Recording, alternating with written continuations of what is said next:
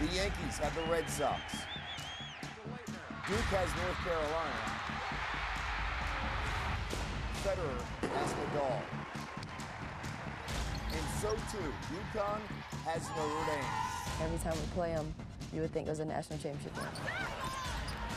It's a battle. Physical battle, mental battle. And if there was a battle to the death, I think we'd be willing to go there.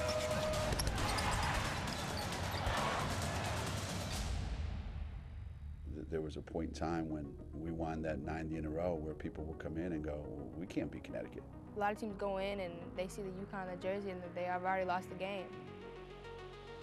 We're not afraid of that anymore. And in every great rivalry, there comes a shift. The Boston Red Sox have pulled the greatest victory in team history. King Federer has been dethroned. Rafael Nadal has won Wimbledon. And the Fighting Irish will dance on to the championship game. They have upset Connecticut. The historically dominant Huskies have lost 7 of their last 8 meetings with the Irish.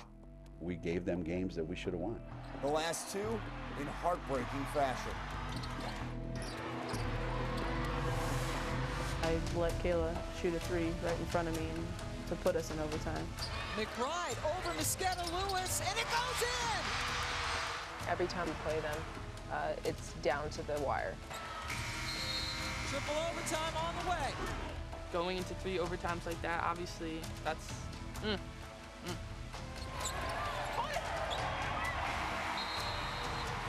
Dame comes away with the victory over Connecticut.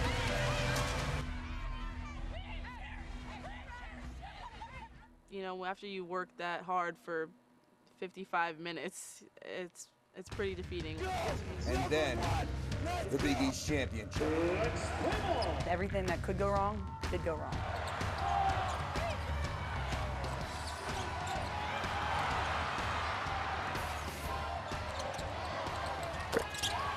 Tied at 59 with 18 seconds to go. The end of the Big East was a tough one. 18 seconds left, 18.4. We got to get a stop. And the pass is picked off by Diggins. Just trying to get to the basket without falling out of bounds. Diggins inside and shot one. Got it with 1.8 to go. And Notre Dame wins its first Big East Tournament championship. I don't think any of us expected to be part of something so great. It's just frustrating because we had that game in our hands.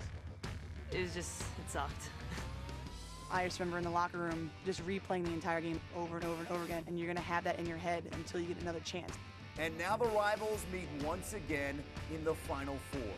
The Irish have the confidence from the past, while the Huskies get another chance to settle the score. We've grown up a lot since those 3 losses, and if we come in and approach the right way, we won't be in those situations at the end of the game. But if we are, you know, it's go hard or go home. Caroline Doty stressed about the end of the game because in those 3 games, a total of 12 points have decided it, including a triple overtime game. So now, this is round 4 in our heavyweight matchup here, Kara. You ever suffer from opponent fatigue when you keep on facing the same team because it's no longer a physical matchup, it really turns into a mental game? Never, never. When you're a great competitor and both of these teams are filled with great competitors, you love the opportunity to look across that line and know that you're going to get their best. And this is for a chance to play for a national championship. Both teams are excited. Both teams aren't tired with the rivalry. I know watching it, we're not tired about it. I can't wait for this game to get going. You do get tired of Rocky? No. You're going to go to that movie every time. Me either. And it's because when you watch it, it's like going to a mystery movie. You don't know how it's going to turn out, but you know that both teams are going to bring their A games. You're going to see fantastic plays, fantastic defenses. You're going to see big shots made and crucial decisions down the stretch. Carolyn knows anytime you bring up Rocky, it's a good night. So thank you for bringing that up. All right, now, Skyler Diggins, she gets all the pub, well-deserved, especially what she has done in this rivalry in the late game situations. But if you look at the numbers, UConn has done a pretty good job defending her in the first 3 games of this series this season. They've done a very good job in defending Skyler Diggins in all 3 matchups. They've made her a volume shooter, and they've made her inefficient from the field in all 3 games. They've paid a lot of attention to her. This is in transition. I mean, they're spying her in transition. Doubling a guard outside the 3-point line. Kelly Ferris senses an opportunity, and a quick rotation here by Dolson. That gives them a turnover. Lots of extra attention paid. Down 3. There's 5 players on the floor for Notre Dame, but 2 UConn defenders are on Skyler Diggins. They do not want to give her an opportunity to hit a game-tying 3, and as a result, Kayla McBride is able to hit that 3. What's been great for Notre Dame is their supporting players have been able to step up on the offensive end. But Skyler Diggins, I think, needs to be efficient tonight from the field if they're going to make it to the national championship. Needs to be smart, and that's always a part of her game as a leader here. Now, on the other side, Skyler is the star for Notre Dame. Kalina Mosqueda-Lewis has struggled down the stretch against Notre Dame. In that 3 overtime contest against the Irish, she was the Huskies' best player during regulation, but faded in overtime, and she knows about this, Carolyn. Well, she mentioned it can't disappear. Well, it's not so much disappearing, but it's the defense that Notre Dame plays on her, and a lot of that responsibility has lied in the hands of Jewel Lloyd, a freshman. Hey, but freshmen, don't worry, because if you get screened off, you have Kayla McBride that is going to have your back. You see Jewel Lloyd get screened off from Mosqueda-Lewis. McBride bails her out, helps her out a little bit. Play's not over. Another screen is set. Again, it's Kayla McBride that's going to buy Jewel Lloyd some time until she can recover. Still again, this is in the same possession. There's a ball screen set. Lloyd gets hung up. McBride just goes ahead and takes her and switches out. Now, what does she have to do? Keep a hand in her face. Make her take a contested shot. You see an upperclassman looking out for a freshman defensively because she's got a huge assignment to really try to take away Connecticut's top scorer, and she did a great job, especially down the stretch in that 3rd game. Players follow what coaches emphasize. And what did Muffin McGraw sit here at halftime and emphasize? We cannot allow Mosqueda-Lewis to get open looks. Right. Notre Dame is locked in, and no matter who it is, they're going to not let her get free looks. The big question in the entire Nutmeg State, if this comes down to 1 possession, who's going to get the basketball for UConn? Who should in your mind? I think that you should work to try and get Kalina Mosqueda-Lewis a shot. They got her an open 3 in the first meeting, and she missed it. But I still think she's her best option on the offensive end. Probably because Stephanie Dolson is not 100%, and we'll have to see how she feels by the end of the game. Well, the end of the Big East Championship, he went to Brianna Stewart on a lob pass. He said that was his fault. I can guarantee you, I believe that if it comes down to that, he goes to Mosqueda-Lewis. All right, we'll see also the freshmen, Mariah Jefferson and Brianna Stewart. How do they respond in a Final Four environment for UConn? Brianna Stewart's been the best player for UConn the last couple of games in the tournament. She was the #1 high school recruit last year. We're going to have somebody who's pretty good around the country. Elena Deladon, the #2 scorer in the country, will join us as we get you set for UConn and Notre Dame. Round 4, the best rivalry in the women's game, right around the corner. The health of Stephanie Dolson. How does she feel those 2 legs? And how many minutes does she have on the floor? UConn, Notre Dame. She's shooting 61% from the floor in a career in the NCAA tournament. We are 15 minutes away. Kevin Nagandi, Carol Lawson, Carolyn Peck, and Elena Deladon joining us. Only 9 players in the women's game have surpassed 3,000 points. Elena, you went through that this year. A glorious run with Delaware. They've never made it to the Sweet 16. Looking back now, you've had a week to kind of savor some things. What's the one thing you're going to take away of your 4 years at Delaware? I definitely think making history is something that I'll take away. We did things that people really didn't think we would ever do, and we got that national ranking, we got the attention we wanted, and we believed the whole way, and I think that's why we were able to do it. But making history is something I'll definitely take away forever. In a week, you're potentially going to go #2 overall to the Chicago Sky. We still don't know in the WNBA draft. The #1 pick will be Brittany Griner in the WNBA draft. But we have recently heard some rumblings here from Mark Cuban, the Dallas owner of the Mavericks, and he talked a little bit about the NBA with Brittany Griner. 6'8". How do you think that would fare if Brittany Griner went to the NBA? To be honest, the men's game is completely different. The physicality, you know, even the speed of the game it's very tough. So nothing against Brittany. I think Brittany's phenomenal, and she is the one person who could do it. But I think she has, you know, a way better chance with the WNBA, and she's going to take that. It's a tough situation to be put in. When the Dallas Mavericks owner mentions that, you can't blame Brittany Griner by saying, okay, why not? You're 22 years old. You're getting an invite, right? Exactly. We understand that, totally. Elena, we're going to see a player in Skyler Diggins that garners a lot of attention. You were a player that garnered a lot of attention from defenses. How do you balance not forcing things, but still trying to maintain your aggressiveness because your team depends on your offense? I think Skyler is incredible at balancing that, and she's been a floor general for this team the whole entire year. And I actually was able to play with Skyler, and she's by far the best point guard that I've ever been on the court with. So I think she'll handle it real well. And, you know, Sky wants that national championship, and she's going to do whatever it takes to get it. Now that your college career is over, the next step is the WNBA. Yeah. What do you think is going to be the funnest part and the toughest part about that transition? I think the funnest part is going to be playing against the best players in the world. That's going to be a great challenge, and it's going to be a lot of fun. I think my biggest challenge will probably be defending the guard spot, because obviously I can play the guard spot offensively, but I'm going to have to defend it defensively. All right, so you know the storylines. We've been talking about it all week long. UConn, Notre Dame. Who you got tonight? I mean, I know how hard it is to beat a team 3 times in one season. Notre Dame has to do it 4, so that's going to be pretty tough. But I don't know. We'll see. I just want to see a good game. You're not going to make a pick? You're not going to go anywhere? I'll go with UConn. Go? Oh, she's going with UConn. I'm going to go with UConn. Yeah, and that is a great point. It is really tough to beat anybody 4 times. We'll see if Gino Auriemma will be up for the task as well as his team. Elena, we'll see you next week. All right. WNBA draft. We do appreciate the time. Yeah, thank you. Ahead, of course, we are minutes away from tip-off. Skyler Diggins, the first Irish player in school history to start in 3 Final Fours. Can she unseat and knock out UConn for the 3rd straight year?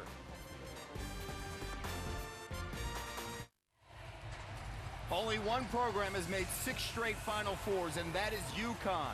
And the last time the Huskies were in New Orleans in the Final Four, they won it all in 2004. The head coach, Gino Auriemma, before tip-off, talking to Bob Holtzman.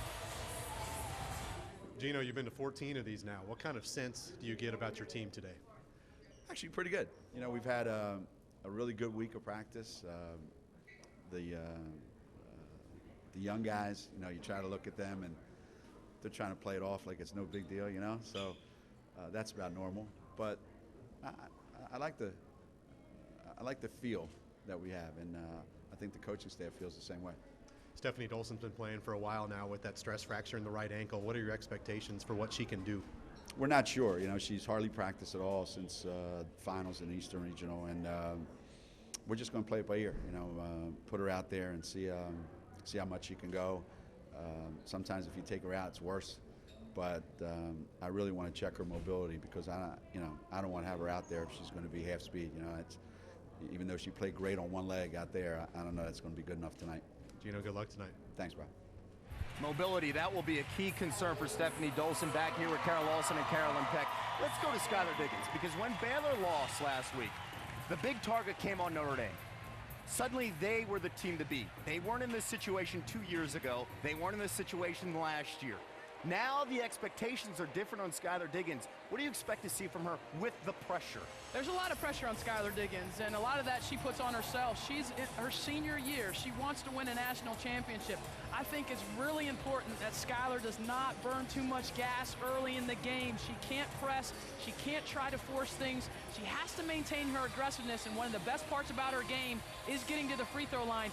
But she can't allow the moment and allow herself to be taken out of the game because of the pressure and her want to. I would have worried about her pressure probably last year, but she's shown such great maturity as a senior.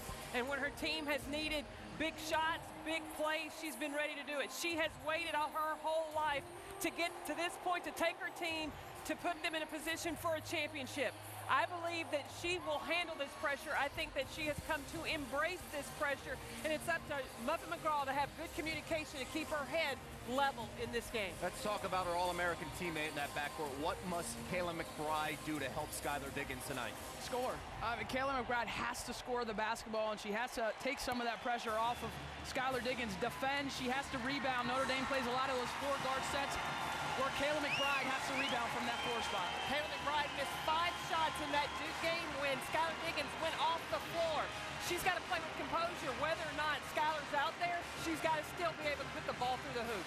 How about the other side to start for UConn, Mosqueda-Lewis? What do you expect from her? Does she need to give you 20 points for them to win? She needs to give me aggressiveness, and she needs to show me a swagger. Someone from UConn's got to show me a swagger in tonight's game. Physical play, toughness, hunting shots. Be a hunter. Do not wait for a shot to come to you, Mosqueda-Lewis. Be a hunter tonight. In the series, Mosqueda-Lewis has averaged 24 points a game. So that would be just an easy night out. She needs to, like you said, got to hunt shots, but also her teammates have to hunt for her. They can't freeze her out. Can't have other people making a shot. Run things to Mosqueda-Lewis, and then find out who else might be open, but make her the go-to. If Brianna Stewart starts making early shots, watch out. Watch out, right? Watch out. That could change the entire game, right? Yeah. All right, we'll see. UConn gets a 4th shot at Notre Dame. The chance to advance to the national title game. Enjoy it. We'll see you at the half.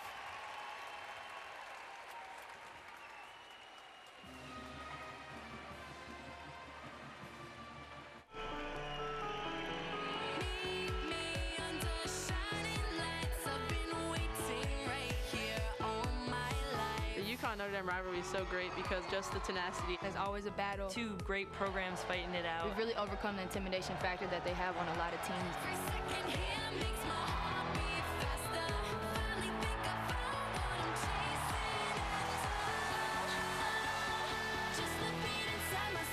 We know each other too well. It's the biggest rivalry in women's college basketball. As long as we're here, you're going to have to deal with it, and we're going to try to win. Oh, that's a beautiful shot. With the spin move, it puts it in. The Big East is definitely going out with a bang.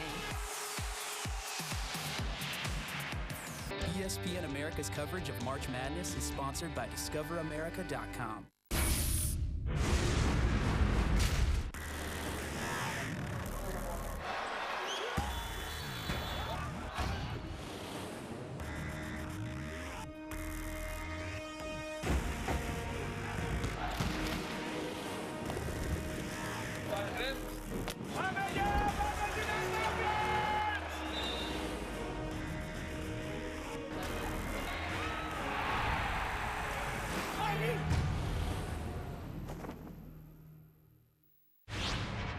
It's the nation's most anticipated sporting event of the year.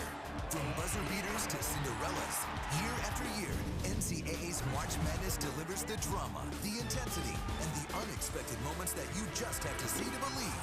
So it's never too early to start planning the ultimate sports fan experience. The 2014 NCAA Men's Final Four. April 5th and 7th at Cowboy Stadium in North Texas. Visit ncaa.com/MBB tickets and apply for your seats today.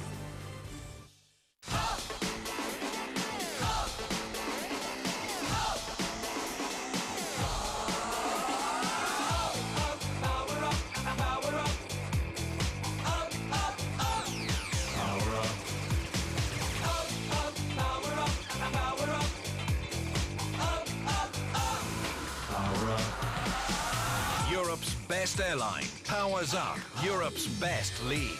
Turkish Airlines EuroLeague. Hi, love. I'm stuck at this conference, so I'm not going to make it back. I'll see you tomorrow. Okay, love you. Bye. Hey, it's me. Can you come round tonight? Great. You gonna wear the outfit? Oh, brilliant. I'll see you soon. Please leave your message after the tone. Hey babe, I got out early. I can't wait to see you. I love you. Bye.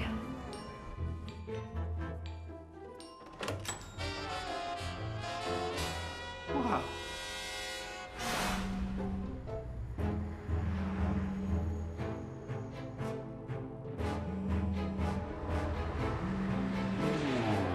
Attaboy. Oh, yeah. Oh, he's been caught between the bases. That's a rookie mistake right there. ESPN America, your late night love.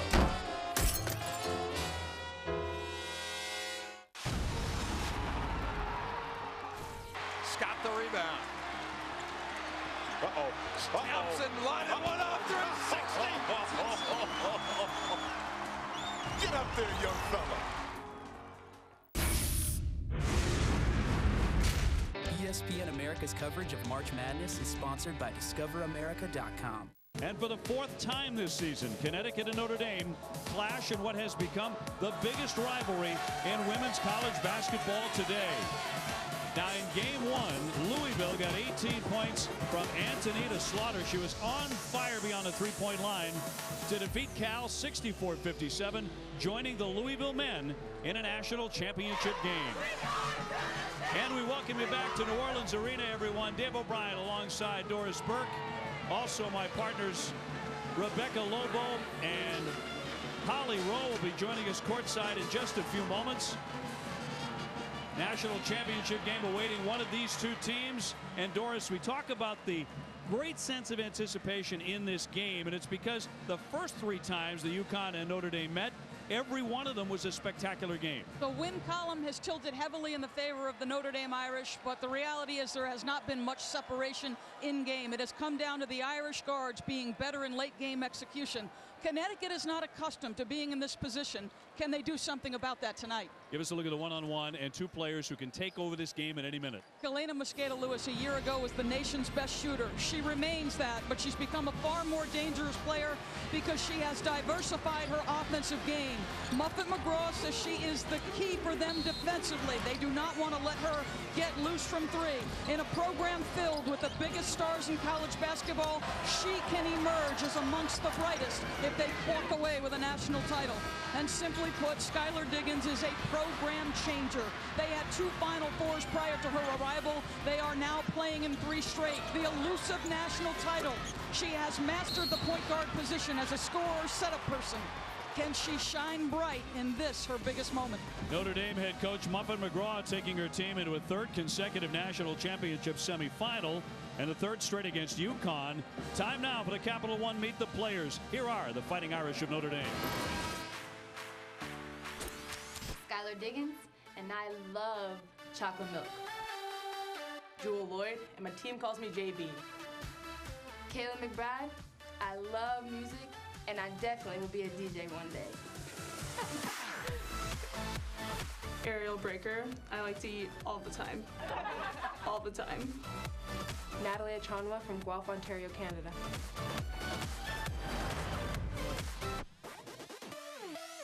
The Irish with 1 loss all season long, and as we bring in everybody's All-American Rebecca Lobo. Rebecca, this will be Skyler Diggins' last chance to play for that elusive national title.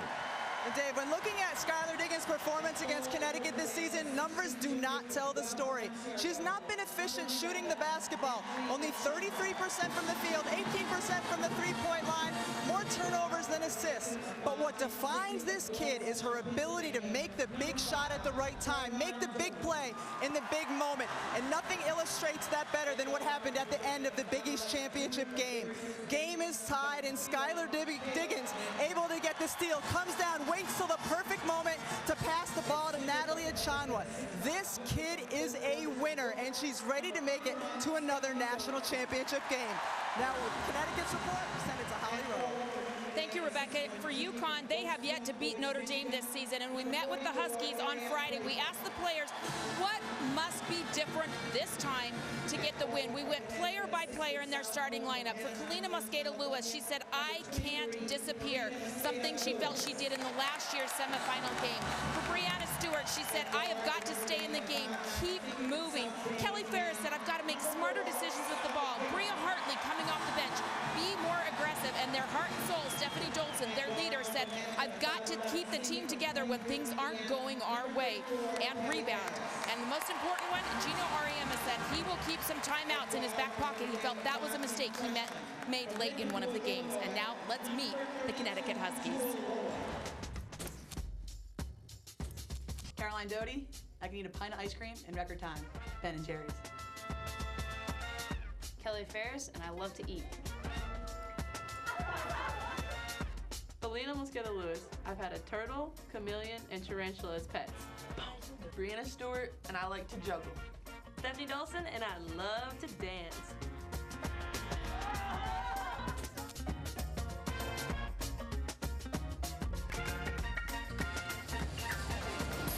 Well, the victory for UConn tonight means Gino Auriemma would play to win a record-tying 8th national championship on Tuesday.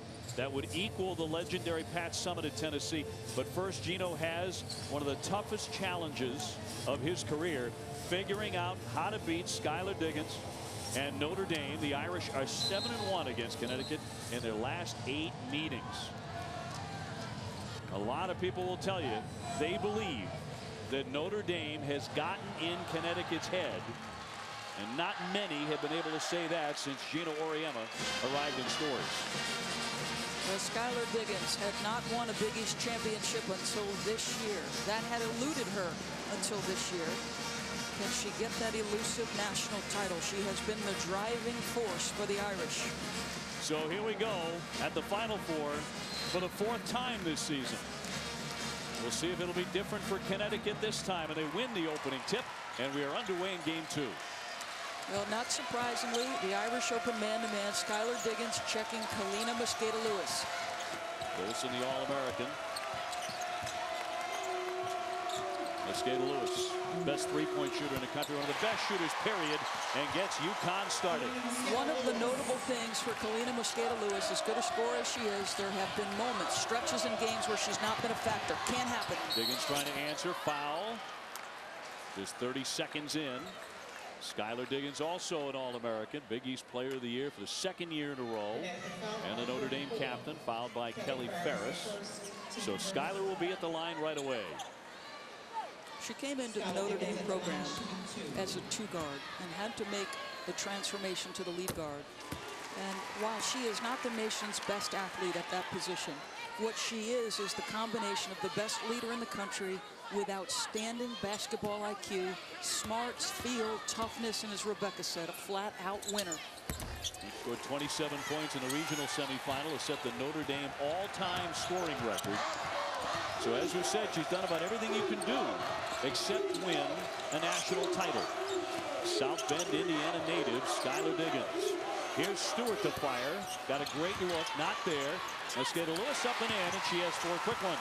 And that is where she is far more effective than as a freshman. Her ability to rebound, to be a post-up option for Connecticut. Diggins getting by Stewart. All the way through, off the window. Rebound tip to Caroline Doty. 2 #1 seeds clashing tonight in New Orleans. Poked from behind by Diggins, who's the all-time steal leader at Notre Dame. Lloyd down the lane, and that one's blocked by Dolson. Well, there was some questions this morning. We watched Stephanie Dolson warm up at their shoot-around, and she did not look good. Can adrenaline and toughness get her through this basketball game? That's a pretty good start. She's gimpy on 2 legs. Yeah. Stress fracture in the right ankle, though she has been practicing, and the plantar fasciitis in the other foot. Achanwa with a touch. Nifty bounce feed. Freshman couldn't convert. Breaker up. That's not there. Rebound tipped and controlled by Mosqueda-Lewis. These are 2 of the best offensive teams in the country. In fact, 1 and 2 in scoring. It is rare to see the Irish miss chippies like that on back-to-back shots. Dolson down the lane, but denied that time. Teardrop. That won't fall for Mosqueda-Lewis. Knocked around. Ferris battling for it. Foul against Notre Dame. Well, in the first minute and 45 seconds, Kalina Mosqueda-Lewis has announced to us and the rest of the country, I am here to play tonight. Because that foul is because she is active on the offensive glass. First team All Big East, WBCA All-American. And 49% beyond the 3-point line. Nicely done by the big freshman, Brianna Stewart, who has a lot of game around the rack and also beyond the 3-point line. 2 changing dynamics from the last time and the first few times these teams have met. Better guard play for Connecticut. Wow, they're going to get Diggins on the sideline. They are in an offensive foul on Skyler. The 2 changing dynamics for Connecticut. versus the first 3 matchups for Gino Auriemma. 1, Breanna Stewart is playing like the player we expected. At 6'4" with her length, athleticism, and inside-out ability, she's been dynamite. And the guards are playing more confidently. Will that play out here tonight? Incidentally, just a turnover, no foul on Skyler there. Here's Ferris off the front of the iron. So McBride takes it to the offensive zone. She has been tearing up Connecticut in 3 games against UConn. 21, 26, and 23 points. Achanwa with the left hand, yes. Achanwa is a completely different player from a season ago where she was a role player. She has become a featured aspect. Dolson off the fake. That was Skyler Diggins reaching in and interrupting that dribble. 2 or 3 times she gets a poke away. Lloyd airmailed that one. Breaker with the catch, harassed, but made it anyway. Wow, good finish, because there was a point at which she was surrounded by 3 blue jerseys. Nice job by Breaker, who is the unsung hero of this Irish team. 6'1" junior, only averages about 5 points a game. Tied at 6. Ferris, the bounce feed for Dolson. Trying to get inside, flips it up and in. Stephanie Dolson for the Huskies. 16:34 to go. That's going to be a traveling violation. Traveling violation. So they turn it back over to Connecticut. One interesting thing to me thus far is you've got a couple of big-time officials in this game. And keep in mind that the officials that work tonight cannot work the national championship. But I believe the NCAA knows the caliber of game that is anticipated and put a few of their best on it. Led by D. Cantor.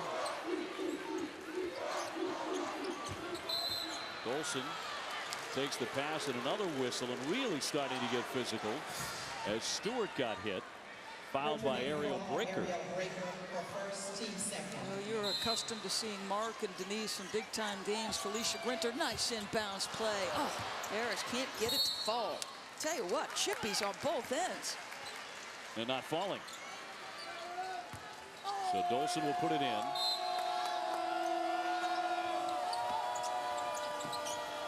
Here's Bria Hartley, who's had such an up-and-down junior year. She's now coming off the bench these days. Stewart in close and slapped away, and they'll keep it on this end. So UConn retains possession. And Hartley comes into the ball game. Doty is the one who gets the start. Her minutes will be dictated by how this game is played.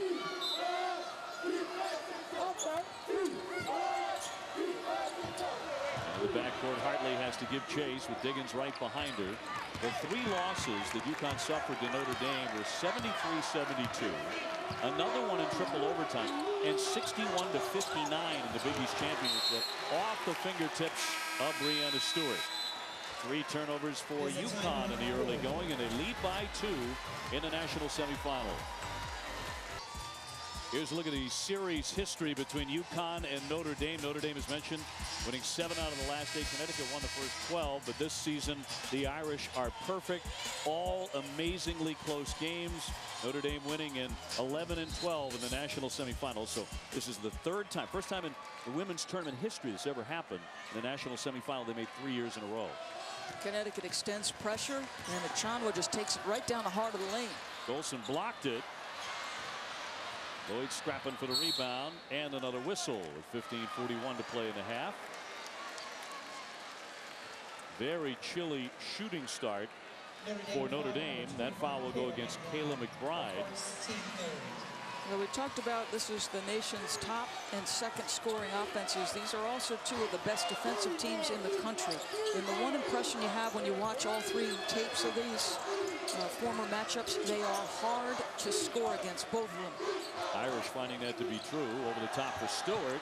Flips it behind her and right to Notre Dame. The Irish have made 2 out of 12. Diggins, nice bounce feed. Breaker draws the foul. So she'll be at the line to shoot 2. Let's check in with Holly Rowe. Well, after that first time out, as the Huskies went to the bench, Gino Auriemma greeted them and said, all right, we won the first one. He's breaking the game up into 4-minute segments, so it doesn't seem like too tall of task. He also tried to set up some plays more for Breanna Stewart on the low post. They like that matchup there, and Doris, as we've seen them, they're running a lot of plays for her lately. She's averaging 17 points a game in 6 tournament games, they want to get her more involved. Well, Holly Rowe, we saw that last week in Bridgeport, where for 2 straight days leading into the game, Brianna Stewart, National High School Player of the Year last year, who's at a completely different level right now. Everything boiled down to a touch for Brianna Stewart. Hartley right back into the game, and an elbow fly in there, and she commits the foul. And that is now 5 turnovers. Grinter gets her with the use of the left hand in transition. Gino Auriemma, I think, a little bit frustrated. We get the benefit of this. You can clearly see that. There is no doubt about why Felicia Grinter called that foul. So tied at 8.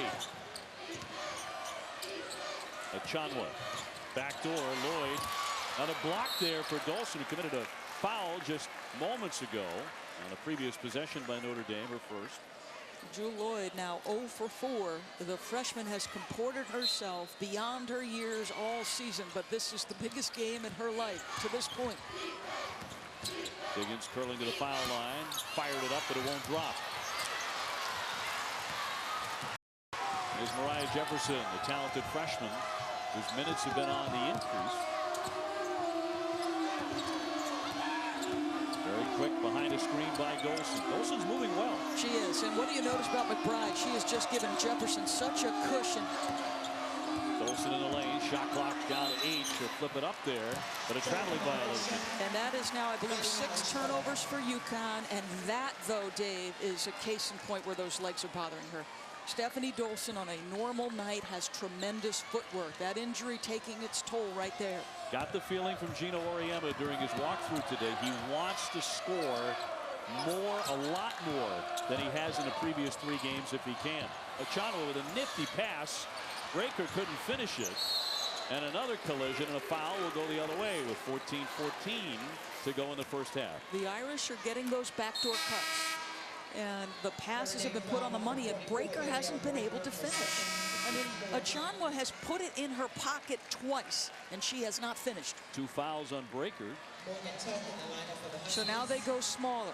Turner has checked in. The Irish go a little bit smaller now with 3 guards, really 4 guards. I like Lloyd as a small forward, but she's more guard skilled. And a big freshman in for UConn, Morgan Tuck. Mosqueda-Lewis off the right side of the iron.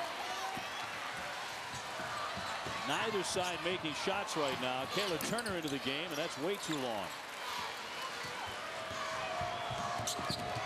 Hartley wants to drive it. Blocked by Diggins. A tremendous play by Skyler Diggins.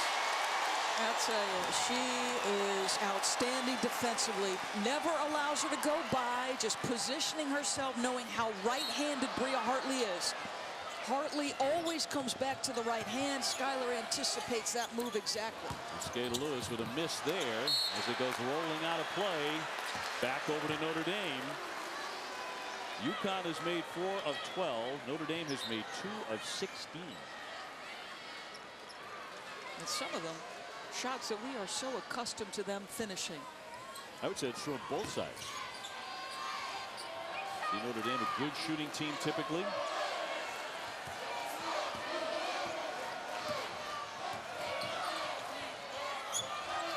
McBride. Diggins guarded by the freshman, and Jefferson commits the foul. 13:21 left in the half. The journey to the NCAA Women's Championship concludes on Tuesday on ESPN. 7:30, a preview of the biggest game of the year. Then at 8:30, it's the game of the season. Louisville against the winner of this one. And because the Irish have gone small, that allows Gino to match down and get Dolson out of the game in some rest. McBride with a miss. And out of play it goes. So far, a sloppy first half. Well, and we expected this. You know, you're talking about familiarity. Over the last 2 years, these 2 teams are probably sick to death of looking opposite one another. Since the start of the 2010 season, this is the 12th time they're meeting. Tied at 8. Jefferson very quick, trying to go around Achanwa and lays it up and off. Connecticut will have it with 12:57 to go before halftime. And Mariah Jefferson, that move exactly, along with her water bug defense, is where she has been such a different force for Connecticut in the last 2 weeks. Just because she missed that, it can't change her mindset. She needs to turn the corner and look to score. Mosqueda-Lewis went down, but the bank shot won't fall by Jewel Lloyd, who won the Big East Freshman of the Year. Many thought that was definitely going to go to Brianna Stewart because she was the National High School Player of the Year. But Lloyd blew up immediately against Baylor and scored 24. Out of play it goes, however. And this young woman, Morgan Tuck, her minutes do fluctuate. But every time I've seen her step into the ball game, she has comported herself well. She's a versatile defender. She plays very even-keeled in big minutes here. Jefferson, Diggins with the block. They're going to get a traveling violation. Traveling violation. Just scoring has become nearly impossible for both Notre Dame and UConn here. They know each other so well. UConn has blocked 6 shots. Stewart getting ready to return. McBride looking for an open look, but can't bury it. Typically, those are shots she does not miss against Connecticut. Hartley with the entry pass. Tuck. That rolls away. McBride jumps into the lane. Another miss and another and a foul. We have a timeout. Skyler Diggins, the senior, trying to win a national championship at Notre Dame. We have such great momentum coming into the tournament. We've already achieved things we've never done before. This is my last year, and we have a great opportunity to win a national championship. We're collecting the best photos around the women's tournament from athletes and fans. Go to ESPNW.com/tourneyphotos for more of the best athlete social photos throughout the tournament. Well, the 2 Hoosiers, Kelly Ferris and Skyler Diggins, 145 and 17 for Kelly Ferris in 8 years combined, and 132 and 26, and stylistically so different. The best defender and the quiet, poised competitor versus the fiery, embrace the spotlight, great relationship with her head coach Muffet McGraw. They affect winning for their teams in drastically different ways, but winners, both of them, Dave. Let's check in with Holly Rowe. Well, in that last huddle, Muffet McGraw came to her team and she wrote the words in little tiny letters, box out. She was frustrated that they gave up a wide open path to the basket because they didn't box out. She talked a little bit, and then in the huddle, again, in angry capitals, again wrote on the whiteboard, box out. Guys, they're up with 12 offensive rebounds compared to 5 for UConn, but she's emphasizing that. And 2 out of 21 shooting, and yet they have the lead, knocked down by Morgan Tuck. That kid is cool as a cucumber. She's not going to press or take bad shots. She's going to guard whoever you ask, multiple defensive positions. And how about that? Under pressure, a little mid-range jump shot off one dribble. Diggins with a jumper, and the left-hander can't get it to go. It's over the top of the backboard. So tied 10-10. And I think Connecticut is just trying to shrink the floor a little bit defensively. The Irish do a very good job getting to the free throw line. But I think if you can make them perimeter jump shooters, keep them off the foul line, you got a good chance to win. Jefferson, well short. Take it away, Jefferson back up, no. Rebound slapped out by Ferris. I tell you what, Ferris's athleticism is unbelievable. She has been amidst the trees. Her ability to get off her feet, she can't get the rebound, but she's trying to tip it out to her teammates. I tell you what, you're not going to outwork Kelly Ferris. All she has done is win. She won 4 straight state championships in high school at Heritage Christian in Indianapolis. And immediately her first year in college at Connecticut, won a national championship, and she's played in 4 consecutive Final Fours. Lloyd denied. Stewart there along with Tuck. You talked about the shot blocking. Stewart, a tremendous athlete with unbelievably long arms. Hartley can't hit it. And there's Ferris again up over everybody. Going to be a traveling violation, a turnover. Well, the wingspan of a 7'1" player, along with tremendous athleticism. So how about the close by Brianna Stewart and the ability to deny the hyper-athletic Jewel Lloyd? That is a tremendous defensive stop.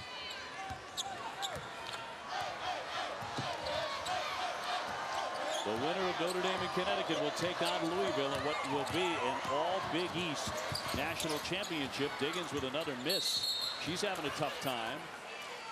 However, With 10:14 to go, Notre Dame will keep it. She looks over at D. Cantor, pleading for a foul call. D puts her finger up and basically says no, and there is the horrific shooting. That one's going to be tossed out of play. And back over to Connecticut. They are in Skyler Diggins' space. They are making it hard for her to dribble. They're putting pressure on her when she's the ball handler, and if she gets by, the rotation is there, and they're challenging shots. Ferris trying to swing it inside. It got to Tuck. Tough angle. And Notre Dame will come away with it. They're just trying to make a shot. McBride and Diggins in particular had a devil of a time. Cable gets loose underneath. Madison Cable, the 5'11" sophomore. And the ball pressure all over the floor for Connecticut has been outstanding. And how about McBride under duress, finding the open cutter. Hartley loops it. Stewart got it. I don't think they have a good matchup for her. She can get sealed around the rim, and I'm telling you, her release point will be too high for anybody that will check her one-on-one. Stewart's been terrific in the last 2 rounds. Named the most outstanding player in the Bridgeport Regional. Jefferson on Diggins. And Chamla back to Skyler Diggins. She'll set it up now. 10 on the shot clock for the Irish. Cable, a 3-pointer on the way. Well, she got a great look. No one even close to her. Lloyd kept it alive with her terrific leaping ability. McBride slicing in and lays in 2. And all of the shots she has taken, the leaners, the floaters, the mid-range, the ability to be a good cutter off the basketball. She's missed those shots. We're accustomed to seeing her make. Maybe that'll get her started. Good backdoor. Kelly Ferris ties it at 14, 8.5 to go in the opening half. Dave O'Brien, Doris Burke, Rebecca Lobo, Holly Rowe alongside from New Orleans. And Notre Dame runs the play for the gifted freshman Jewel Lloyd, who strikes. She averages 13 a game.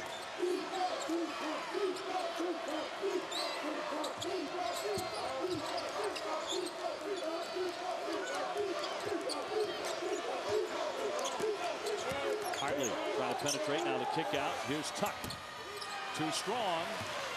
Diggins is also among her many talents, an excellent rebounder, having a hard time getting away from Jefferson. Boy, the activity, that's going to be a foul. Jefferson's hand was in the face of Skyler Diggins, too close. If you show this on replay, you watch where her fingers are. You cannot do that. And right in front of D. Cantor, the foul. We'll talk to Gino Auriemma when we come back.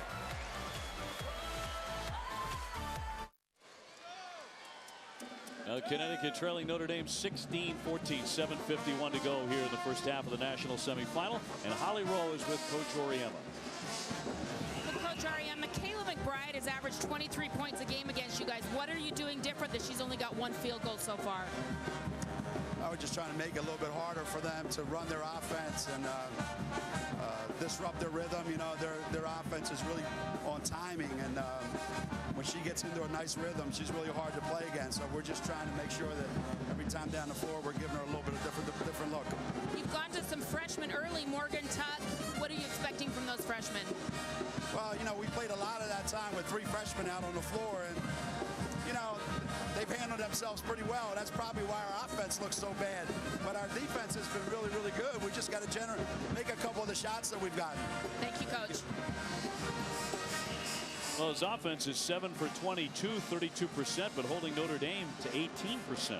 Just their ball pressure has been outstanding. They forced 6 turnovers. But watch this. This is not a game of peekaboo, Mariah Jefferson. This is basketball, and that is not legal guarding position. And D. Cantor makes the whistle very quickly. So the foul against Jefferson. And McBride, who's had a hard time, 1 for 6. Well, Diggins is 0 for 3, so the 2 All-Americas are not hitting anything. Well, their ball pressure has led to some backdoor cuts, but Connecticut's rotation's been equally as good. McBride with another miss and tipped out of play, but Notre Dame will retain. So now Connecticut comes back with Stephanie Dolson. So their bigger lineup on the floor in their 3, 4, 5 spots. It's Tuck, Jefferson, and Dolson. Lloyd up beyond the 3. Cable taken away by Stewart.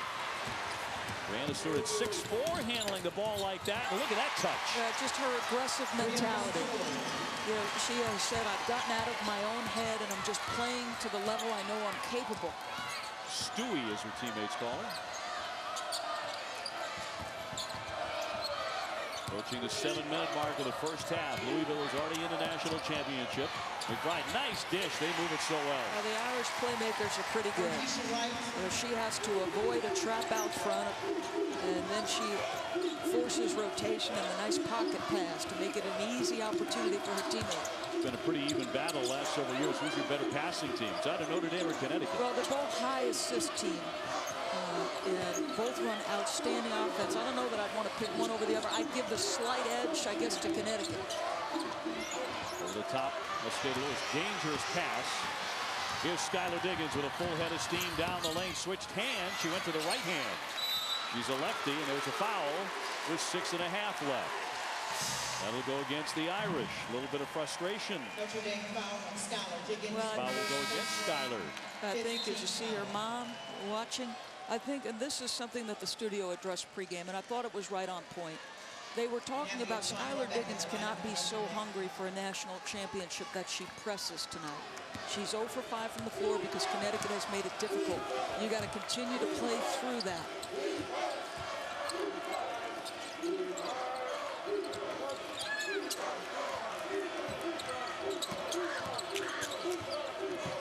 Stewart gets a good look. Can't bury the jumper, though. Mosqueda-Lewis back up and in for 2. Yeah, she has done a tremendous job just mixing it up on the interior. 8th time the game has been tied. Under 6 now in New Orleans.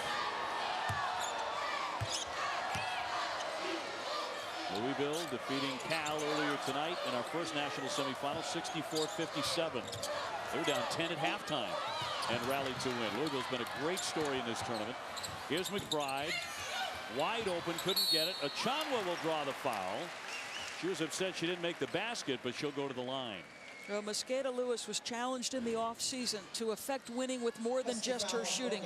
It's a little down screen by an outstanding screener, Dolson. But look at Kalina Mosqueda-Lewis's willingness to mix it up and use that big frame to become a factor on the offensive glass. Achanwa at the line, 79%. Notre Dame is a great foul shooting team. 80% as a team. A catch the Frozen Four's second semifinal. St. Cloud State and Quinnipiac meeting in Pittsburgh Thursday at 8 on ESPN2. And follow every championship at NCAA.com. They are now 8 for 8 from the free throw line, Notre Dame, and they get there a high number.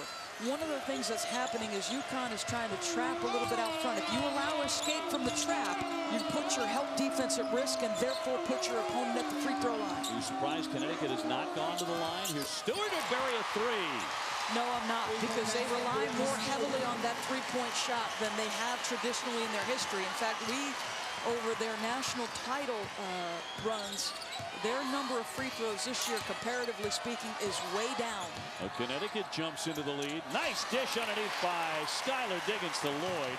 A bullet pass. It's not easy to master the point guard position when you're accustomed to being a 2 guard, but that pass shows you exactly how good Skyler has been as a setup person. Wilson's pass interrupted, taken away by Cable. And with Breaker's ineffectiveness, Cable has gotten more minutes. Good defense. Lloyd had it stripped. Here's Mosqueda-Lewis in front of the pack. She'll lay it in. Activity. How good is it that 6'4" and a 7'1" wingspan, Brianna Stewart, can be out top of that pressure, using all that length and athleticism to be a factor? That is tremendous defense. So back and forth we go. It has all the earmarks of another one between Connecticut and Notre Dame, down to the wire, like seemingly every time they meet. Backdoor cut of Achanwa with a tough angle, but she draws the foul. She's getting very active. 4:13 left in the half. And that foul will go against Mosqueda-Lewis for second. So Achanwa back to the line, named to the All Big East first team. 19 double-doubles this season, a school record.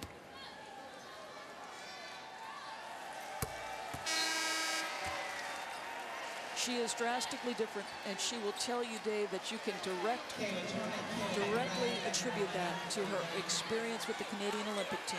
She played against the best in the world at Chanwa and drew great confidence. And when she walked into our interview room, she handled herself completely different than she did a season ago. Helped lead Canada to the quarterfinals of the Summer Olympic Games in London. Notre Dame in front by 1. Connecticut in their record 6th consecutive Final Four. Hartley went for the nifty pass on the baseline. That's batted away by Lloyd. Well, Connecticut has had to rely on freshmen of late. One of them playing in her first Final Four is Brianna Stewart. And there has been no shyness. Aggressive, assertive on both ends of the floor, making the jumper, using her length and athleticism on the defensive end to jump out, force a turnover, and get Connecticut out in transition in an easy bucket. Go ahead, Brianna Stewart.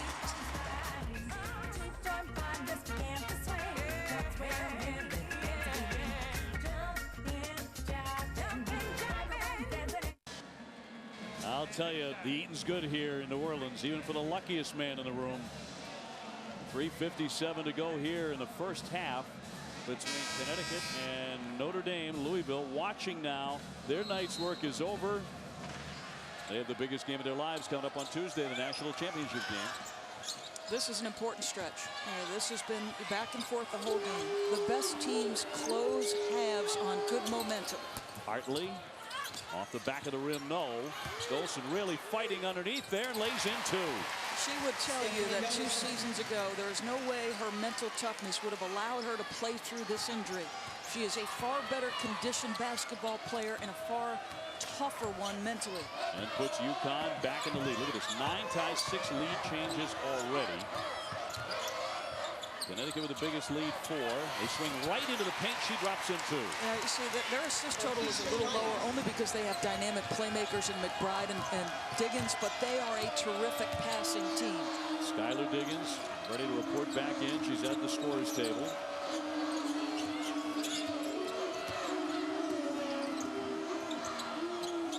Farris back in. Here's Hartley on the wing. Shot clock at 8 for Connecticut. Hartley takes a look at the clock, fires, and gets it a 3-pointer.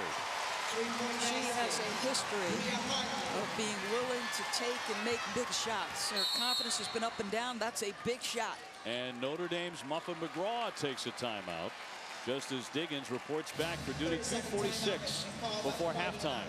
Well, Hartley, I would not call her a natural lead guard, but she is a natural scorer, and Turner plays pretty good defense, gets her to turn around. She has to put the ball through her legs, step back to get enough separation, but that's recognition of the shot clock being down in single digits. Rhea Hartley coming off the bench these days. Gino Oriema says at her suggestion, coming up on the Northwestern Mutual halftime report, a breakdown of the first half, and Jeff Walls, who's going to be smiling all night, live on the set. Well, just congratulations to Jeff. There was a point in the second half, I felt like it was around 8 minutes, maybe that timeout where Rebecca Lobo gave a report about Jeff Walls telling his team, this is not about talent, it's about heart and toughness, and you're not showing much of it. Well, they certainly did down the stretch. They didn't panic either, down 10 at halftime, as they rallied to knock off Cal. Slapped away by Farris. She took it away from McBride and lays it in. The senior finished it. Making plays. They are aggressive to the basketball. Their pressure defense has been excellent. So Connecticut, as we close in on halftime, leading by 4. Diggins, a 3, blocked by Farris. Hartley's there to pick it up. Here comes Connecticut again. She'll pull up and pop, and got it. And another timeout by Muffin McGraw.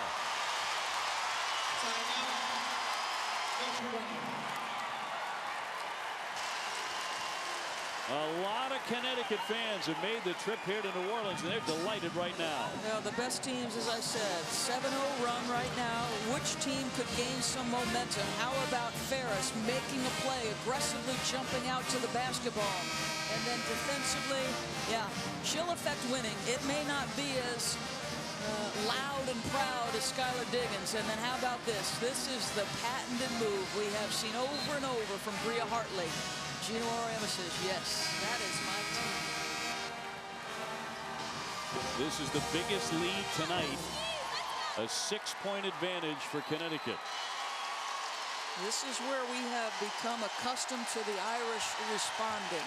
Can they do it here? Will they get a quality look against a stingy Connecticut defense? 7-0 run. Under 2 before halftime here in New Orleans Arena.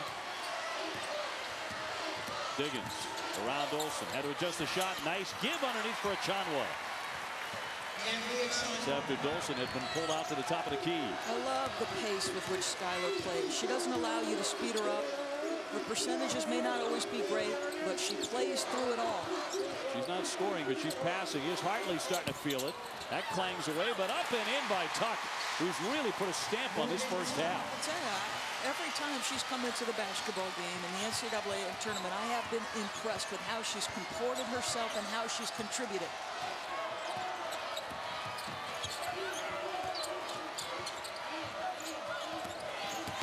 Again, Dolson chasing the other All-American.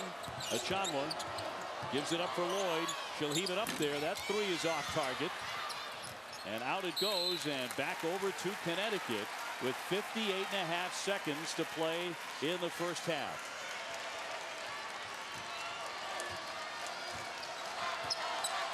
As Connecticut figured out how to knock off Notre Dame here in the 4th meeting of the year. Well, the Irish go 2-3 zone. Watch the communication and the pointing, making sure everybody's aware of where the shooters and scorers are.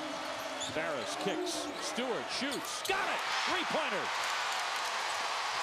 And a huge smile on her way back up the floor. It's amazing when you play relaxed and confident how much your skill set comes out. And she doesn't smile all that much, so you know that's big.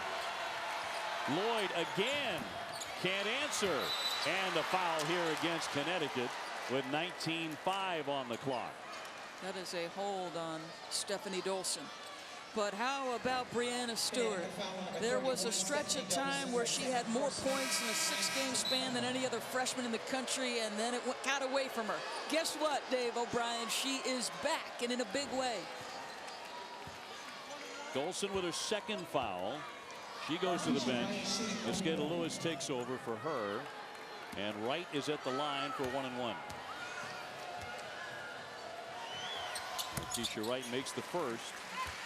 Tell you what, they're keeping themselves in this basketball game, Notre Dame, by the free throw line. No shock there, as good as they are, but 11 for 11. Number 2 from Keisha Wright. He makes 1 of 2. Had the rebound in her hand, but tipped away. So now Connecticut can take the last shot before halftime. So they'll have the lead no matter what. In the 2nd national semifinal. Barris attacks. Had to adjust the shot, but made it. That is all created because Stewart was posting hard. The heave off the backboard, and that's how the first half ends. Connecticut with that spurt. We wondered if it was coming from side or the other. It did for Connecticut. They have their biggest lead of the game, 10 points at halftime. Let's go to Holly with Kayla McBride. Kayla, you've had so much success scoring against UConn in this series, but what's different for you tonight? You know, I think I'm pressing a little bit. I'm rushing my shot. Just not playing within myself. I think we just need to move the ball more, get our people involved. Thank you. Let's go to Rebecca. Brandon, there's times in this game where both teams have struggled to score. How have you been able to find your offense? I think really just starting with defense and then leading to open baskets, and then it just helps us get better into offense. All right, Brandon, thank you. Dave. Thanks for the one question. That was all we were going to get out of Brianna. She is winded, but she's playing some great basketball.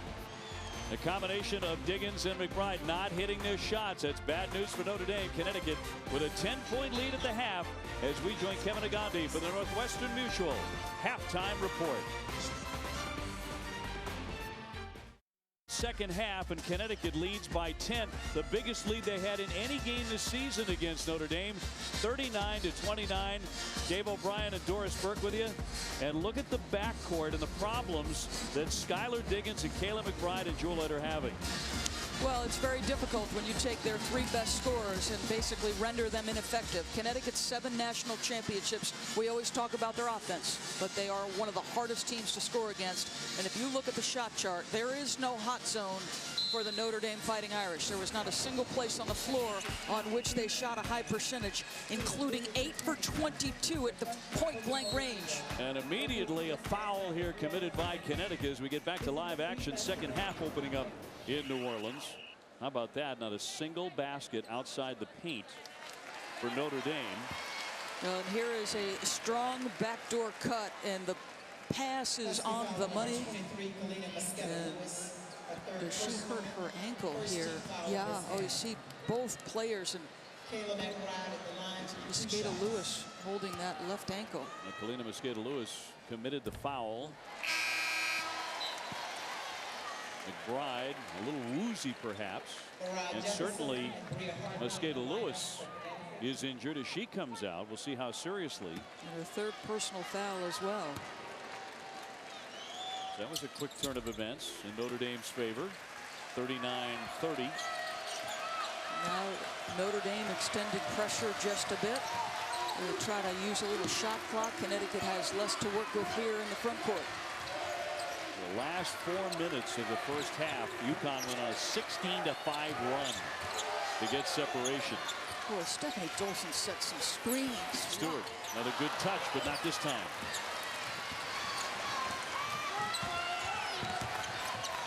McBride had a disastrous first half, 1 for 8. Diggins was 0 for 6. Jewel Lloyd 2 for 10. Fighting Irish probably can't shoot it worse than that. And Lloyd has that one tipped out of play, and so the Irish will retain possession in the opening minute of the second half. It was not a good decision by Achanwa. They run their offense. You think last year Devereaux Peters was another outstanding passing center. Jewel Lloyd had nowhere to go with that pass. Tip to Diggins.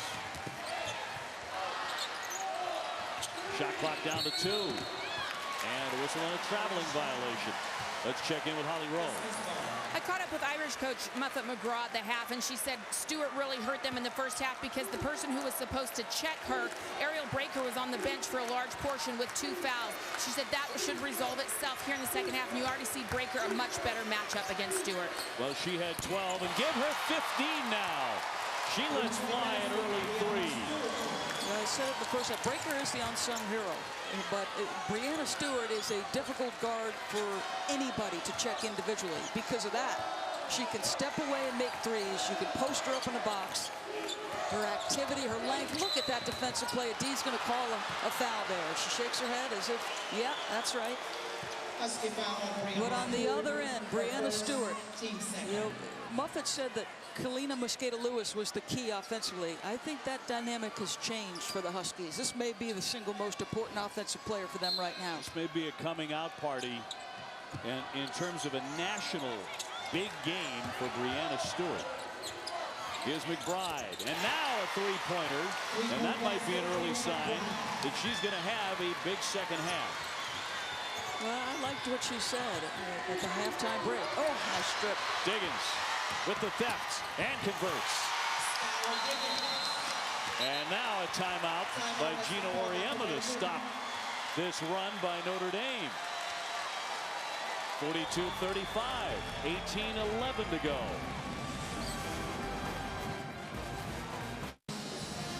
Now, Skyler Diggins has not done a lot of scoring tonight, but she has been able to do it off her defense. The clean pick and a conversion on the other end to make it 42-35 Connecticut. Let's check in with Rebecca Lobo. Well, Skyler Diggins and Kayla McBride have combined to average 43 points a game against Connecticut. But in that first half, Connecticut, outstanding job keeping them on one side of the floor, sending double teams when necessary, understanding how important it was to not allow those 2 particular players to get into a flow. Again, Skyler Diggins coming down. They force her to stay on the left side, and the double team comes. In this second half, those 2 players each 1 for 1. We'll see how this transpires. Well, we see Skyler Diggins at least 2 or 3 times a game, generally speaking, get that strip steal, turn it to the other direction for a layup. Number 1 all-time in Notre Dame in steals, as well as points. Hartley with shot clock at 4. Farris has to force it. Dolson there for the rebound, the stick back for 2. Terrific job. She is not healthy. You can see it in her gait up and down the floor, but she's playing through pain and trying to be effective. understand that Kalina Mosqueda-Lewis did not seek any treatment after that foul. Diggins underneath, got it. Well, just good execution. Now you've got Mariah Jefferson, who's very thin frame, and so you go to the versatility of Skyler's offensive game and get the post up on the matchup you were looking for. Approaching 17 minutes to play in our second national semifinal. Louisville came from behind to defeat Cal in the first one, 64-57. Ferris finds Dolson again, blocked and no foul that time. Stewart gets fouled and makes it. Brianna Stewart is really carrying Connecticut. Well, you went smaller without Brianna Stewart. Now that she's back in the starting lineup, you've got to deal with two talented post players. Stephanie Dolson can't get the foul call, but Brianna Stewart, her activity level has been high. Just moving, reacting off of the ball and her complementary post player, and does a perfect job getting to the right spot. Her postseason run has been something. She's averaging 17 points a game in the last 6 games, all postseason games. She has 18 tonight. That Ferris denying Skyler Diggins the ball, and look at the pressure from Hartley on McBride. McBride trying to use the screen, the follow-away jumper well short. That didn't touch anything. Well, what about this? I mean, this is an Irish team that Gino Auriemma said is a rhythm pattern offensive team. That was an individual play by Kayla McBride, and did exactly what she tried to do in the first half, which is do it by herself. So Connecticut looking to build on a 10-point lead again. Ferris looking for Kalina Mosqueda-Lewis, but it's knocked away by Jewel Lloyd. 16:21 left. Again, Notre Dame with a 30-game winning streak, a school record, 1 loss all year. That was in December to #1 Baylor. Ferris was harassed, couldn't get a good shot off. Lloyd going one-on-one, and a wild shot off the window, and now blocked away, and that's going to trigger the break. Here's Hartley. Diggins comes in to try and stop her, and does. Hartley on the seat of her pants, but rolled it right to McBride, and she's fouled by Ferris. How about the block by Stewart, and then as good a defensive play by Skyler Diggins. Stewart gets him out on the run. Diggins says, oh no, not on my watch, folks. Twice on the pipes without contact. Wow, big time play. Ferris picks up her second personal. We talk about those two and how they've been so strongly connected in their college careers. Skyler Diggins and Kelly Ferris. They actually finished 1-2 in the 2009 Miss Indiana basketball. Skyler winning that. Then they played on the same team, a 2-game series against Kentucky. There's a timeout on the court. So they were teammates briefly. UConn going for their 8th national title, trying to get to the championship game tonight. To win against Notre Dame, we're just going to have to come together as a unit. It's going to take a lot of confidence from everyone on our team. You can't have empty possessions where you come down the floor and you don't get anything. Our team has put in a lot of work this year, and we definitely deserve it.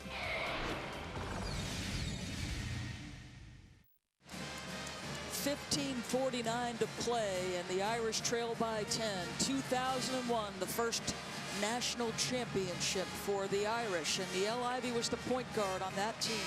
Talking to the point guard and would-be champion of this team. They have a very close relationship. But watch Niele Ivey.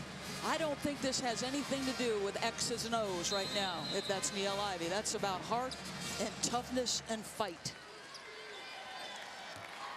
Well, the next 16 minutes will show you just how much Notre Dame has. Down by 10.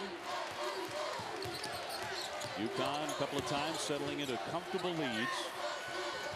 Dolson on a high post looking for help. Here's Ferris.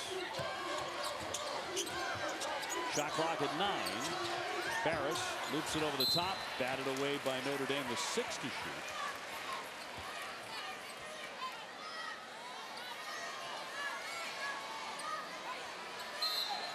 Two #1 seeds colliding here tonight in New Orleans.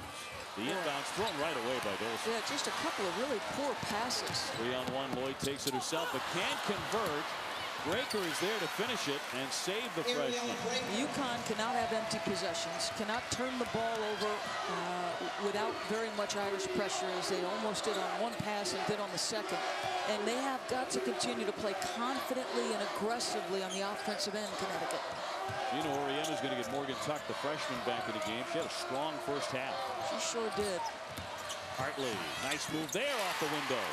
Just right after it. Yeah, terrific drive. She has got 7 points, but more importantly, just playing aggressively. That is her strength. Hard right-hand driver. McBride on Hartley, who pushes her further away from the basket. 9 to shoot for the Irish. Lloyd hits. Joel Lloyd, who's had such a difficult shooting night, 3 for 14 for the freshman. That one went right through the hands of Dolson, almost as if she were not prepared. They're helping the Irish. I mean, this has nothing to do with, I don't think, what Notre Dame is doing defensively. These passes are just askew. McBride got the inside step, knocked away by Mosqueda-Lewis. That triggers the break to Hartley on Diggins. And once again, Diggins with the block. What does she have her figured out? Well, I thought maybe on the first one she fouled her. Let's see. No contact. Really good patience by the officials. And I'm telling you, they put this crew on this game for a reason, folks. All 3 of these officials could easily be calling the national title game on Tuesday night. And because they're calling this one, they will not be calling the championship game. Torn away by Breaker, and a foul with 13:49 to go, and the momentum subtly shifting in Notre Dame's favor. Well, if you're the Irish, you have got to put some game pressure on UConn. You do not want them to have an 8 or 10-point lead as you go down the stretch. Stewart's second foul. Madison Cable back in the lineup. Madison Cable returns for the Irish. She's getting some pretty serious minutes from Muffet McGraw. 5'11" sophomore. And Notre Dame with the ball back. You see Dolson is checking Breaker, and that's going to be a foul on Stephanie Dolson. She does. She puts her elbow right, or her arm right into the face of Breaker. It's a good call. Dolson's third. Watch what she does. Stephanie, that is a foul. There's no question about that. What? Love the pleading. I do not. Such an innocent face. They are not comporting themselves right now. Well, Connecticut. O'Connell lost the handle. Stewart tried to save it, but couldn't. Now, these are the kinds of stretches that have hurt them. As we said, Dave, in the 3 prior matchups, Gino Auriemma's team has not been far away from beating Notre Dame. They've had the lead and the ball twice in the 3 matchups inside of a minute. One decided by 1 point. Another of those games decided by 2 points. The other one in triple overtime. All won by Notre Dame. You don't want to give Skyler Diggins a chance to be making plays at the end of the game to win it. Diggins up top. Breaker feeding O'Connell. Batted around again. Tied up once more. UConn comes away with it. Alina Mosqueda-Lewis, who hit the deck hard a few moments ago, now fouled with 13:20 to go.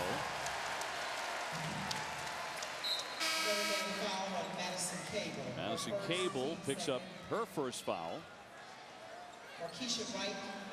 Right in and Breaker out for Muffet McGraw. Muffet named the Associated Press National Coach of the Year. Won a national championship in Notre Dame in '01. Can she get back to the national title game tonight?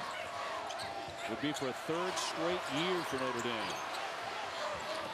Pass fired out of play, and a sloppy turnover by Hartley, and Gino didn't like it at all. Well, tomorrow night, Michigan and Louisville square off in the NCAA Division I Men's Basketball National Championship. Coverage on CBS begins at 9 o'clock. This has been a tough stretch for Connecticut, but unless Notre Dame starts scoring baskets, it's going to be for naught. Wright sets the screen. Diggins. Difficult pass tipped out of play. There is real frustration on the face of Skyler Diggins. They have done a really good job of not allowing her to get to the rim.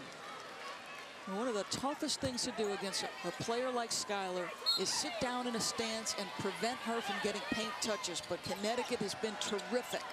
But if it's not going to be Skyler Diggins, if UConn's taking that away, it's got to be McBride or someone else, and McBride's had a bad shooting night. She'll drive it, bank it, and miss it. Loose again. Chalmers had the ball in her hands several times and was not able to hold on. They have knocked it free frequently. Once again, Notre Dame will have yet another opportunity, but they're not cashing in. UConn's been shutting them down. A little top caught by Hartley. Bree Hartley around the back. Jeez, Pete, it looked like she was fouled twice before they blew that whistle. At least, I think. On McBride finally with 12:35 to go, her second. Tell you have to like the mental toughness, which I have questioned for Connecticut on a couple of occasions this year, but they are playing hard. They are playing aggressively, confidently. Hartley is 77% foul shooter. He has 7 points. They are not allowing themselves to be outworked. They are not allowing themselves to be beat to the 50-50 balls. And that, to me, is about mental toughness. For those last 3 or 4 possessions for Notre Dame, where they had a chance to really cut into the lead and failed to do it, that might be what keeps them out of the national championship game. That is correct, and that also shows mental toughness. You do not allow your inability to have good possessions offensively to affect you on this end. That is real growth for UConn. Backdoor cut, up and in McBride. That's a little more like it for the Fighting Irish, and they're within 7. McBride with 10. National semifinal number 2. Louisville is already in the championship game. So the Louisville women and men will both play for a title early in the week. Stewart with a bounce. Knocked away. Here's McBride. Thought about a 3. Gives it up for Diggins. Her jumper. That spins out. We've seen Notre Dame miss a lot of shots they have been making for, frankly, years, and in this tournament all over the place. Mosqueda-Lewis. Yes! Such a pure, pretty jump shot. The number 1 3-point shooter in America at 49%. Absolutely buries it. UConn again by 10. Diggins trying for a spin move. Hartley went down. She couldn't make it anyway. Boy, real frustration showing on Skyler Diggins' face right now. And then she jogs back defensively. She has been taken out of the game. Not physically, but on the floor. She's out of it. Here's Stewart. Nobody came out to defend. Another big smile from the freshman. And it's the biggest lead of the game for Connecticut, 13. The bark is back in the bite of the Huskies. Mosqueda-Lewis is the best 3-point shooter in the country right now. By percentage, look at how pretty that is.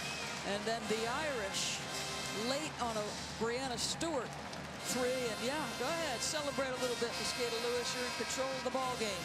And where are the Irish defenders? Nobody within striking distance of the player who has hurt you all afternoon. And Stewart with a little smile, and the team says, oh yes ma'am, that's another 3. Well, this is uncharted territory this season for UConn and Notre Dame.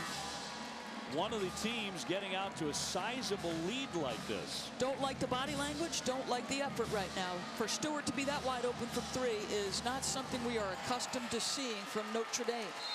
Skyler Diggins is 2 for 10 shooting in the national semifinal.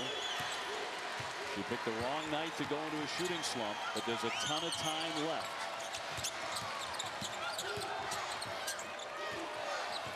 Lloyd swings for McBride. She'll fire it. Got it. That's a 3. They were desperate for it. Lead back to 10, and Stewart is hurt. She was a long way from the play. And clutching at her shoulder. 10:35 left, and you could say she has been their best player on the floor tonight. Let's see if we can pick this up as we head to break. Yeah, running right into a Notre Dame defender.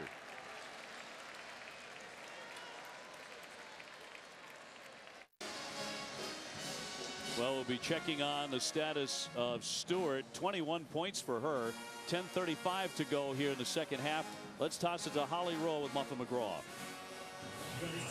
Well, Coach, you called a timeout there after that three-point shot. What were you so frustrated with, and how do you get your team to change it? Yeah, we're really struggling to score, and then we're giving them wide open shots. We got to do a lot better job defensively. We're having trouble fighting the screens. We need to be switching them. It's really not that difficult. We're giving them wide open looks. When there's frustration on offense and it's hard to score, how can you empower your players to fight through that frustration? Yeah, that's been a problem for us, and we've got to do a much better job of that. Thanks, Coach. This has been the opponent that has dug the deepest in the moments that have mattered the most against Connecticut. But tonight, UConn has basically thrown the punch. And both demeanor, body language, frustration, and the first question to Holly, to me, that lack of switching the screens communication is a breakdown of your chemistry. Well, Holly, you have an update on Stewart's condition. Well, she came to the sideline. The athletic trainer, Rosemary Regal, examined her right shoulder, just the top of the shoulder. She has not had any additional treatment. She's pointing to it and telling her teammates what happened. But when they're asking her if she's okay, she's saying yes. But, guys, I can see on her face she's upset. She needs to collect herself right now. She ran into the body of Markeisha Wright, and Stewart took the brunt of it. Stewart, 21 points, 4 out of 5 from 3, 8 out of 12 overall shooting. Tuck trying to go back outside, and a whistle or a foul stops the clock at 10:18. Shooting numbers continue to be very ugly for Notre Dame. Diggins 2 for 10, McBride 4 for 13, Lloyd 3 for 14. Foul will go against McBride. That's number 3 on Kayla. Mosqueda-Lewis puts it to the deck, draws the foul and hit the shot. To the line she goes with 13. See, you have got to be close enough to contest because she's that good a jump shooter. But on the catch, if you're close to contest, she has the ability to use the dribble efficiently, get the angle at the rim that she wants, and make this kind of play. And it fouls her for her second. And with Brianna Stewart, who has done the vast majority of scoring on the bench, you would expect them to run their offense through Mosqueda-Lewis now, Dave. It's back to 13. So Notre Dame seemingly can't cut into it. They have 10 minutes to figure it out, where Skyler Diggins' career will end at Notre Dame without a national championship, and she has had it taken away by Ferris. Those two have battled for 4 years. The last 2 national semifinals, it was Notre Dame besting Connecticut to advance to the championship. Tonight it's been a vastly different story. Mosqueda-Lewis can't bury it, but a rebound by Tuck. And now they'll set up a new play. Hartley finding an opening, but she went down, no foul. McBride kicks. Here's Diggins, a long one. Taken away by Hartley. The aggressive, fastest team to the ball all night long has been Connecticut. Connecticut with terrific energy on the defensive end in particular. Gino wants that ball moving faster. Under 9 left in this national semifinal. 4 to shoot. Tuck got a look at it, spinning on Diggins. And the rebound comes out high. And a foul here. They're going to go on the Irish? Yeah. Madison Cable, her second. So 8:48 left here. Irish with 1 loss all year, a 30-game winning streak on the line. But far greater than that, a trip to the national championship game on the line. Diggins on the outlet pass, and Hartley thought she got all ball, but she commits the foul. So Skyler goes to the line. Connecticut foul on Brian Hartley, her second personal. Well, Dolson, the pass ends up being a little bit too long. She didn't have a great release point, and Skyler takes good advantage of it. Boy, you can see where Brian Hartley thought she had a lot of ball on that one. Well, Stewart is about to return, so she was not out very long. Bowled in by Diggins, and a talented freshman back on the floor. Dolson will come out. Brianna Stewart back in the lineup for Connecticut. Stephanie Dolson's played a pretty brave game. As much pain as she's in.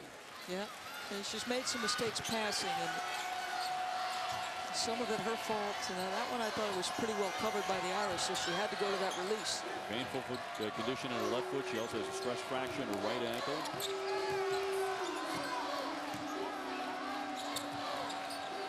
Hartley on the wing. 8 to get off the shot. Tuck to drive it. The kick. Stewart blocked. Great play there by Breaker. Now the long pass interrupted by Tuck. Achano with a good save. McBride with a leaner. Well short. Lloyd caught it underneath the basket. It just feels like McBride thinks she has to win the game with every shot she takes. It really does. She needs to settle down a little bit. Relax from her offense. She cuts on the back door. Denied by Ferris. McBride went down hard. There was no whistle there. And we have a timeout. 59-48 Connecticut. UConn in this national semifinal with about 8 minutes to go, leading Notre Dame by 11. Doris Burke, Dave O'Brien with you. We talk about our players to watch all season, the 3 to see. Well, Brittany Griner and Elena Delle Donne are already out, of course, in the tournament. With Skyler Diggins about to join them. Our promotion's about to be switched to next to no, and Brianna Stewart's at the top of that list. Brianna Stewart with 21 points, leading UConn tonight. She had a total of 31 points her first 3 games against Notre Dame, but some life for the Irish to cut it to 9. Lloyd hasn't made many tonight. The combination of Diggins, McBride, and Lloyd before that shot were 9 for 40. 23%. 59-50. Again, you have to be aggressive, assertive, confident, and stay the aggressor. Stewart, tough shot. Yes! Yeah, big time. That's a big time play. Shot clock is running down. Notre Dame's defense was pretty good. Brianna Stewart's offense just better. The catch, the shot by Lloyd. Yeah, 3-pointer. That is the freshman that we had seen all season long. Big shots, not fazed by the moment. They need more of it. So Notre Dame has hit a couple. They're showing a pulse here. Plenty of time, under 7. Tuck, offensive foul, a charge on Morgan Tuck. Let's check in with Holly Rowe. In that last Notre Dame huddle, both Muffet McGraw, the Irish coach, and assistant coach Beth Cunningham were telling their players, calm down. We have plenty of time left. It's going to come down to stops and rebounding, but we have to attack. They did just that. Drew Lloyd listening to that message. And they have to make shots, and they're maybe starting to do that. Let's see if Kayla McBride can insert herself and not try to do too much individually. Diggins taking the baseline. Off the Breaker, short jumper, yes.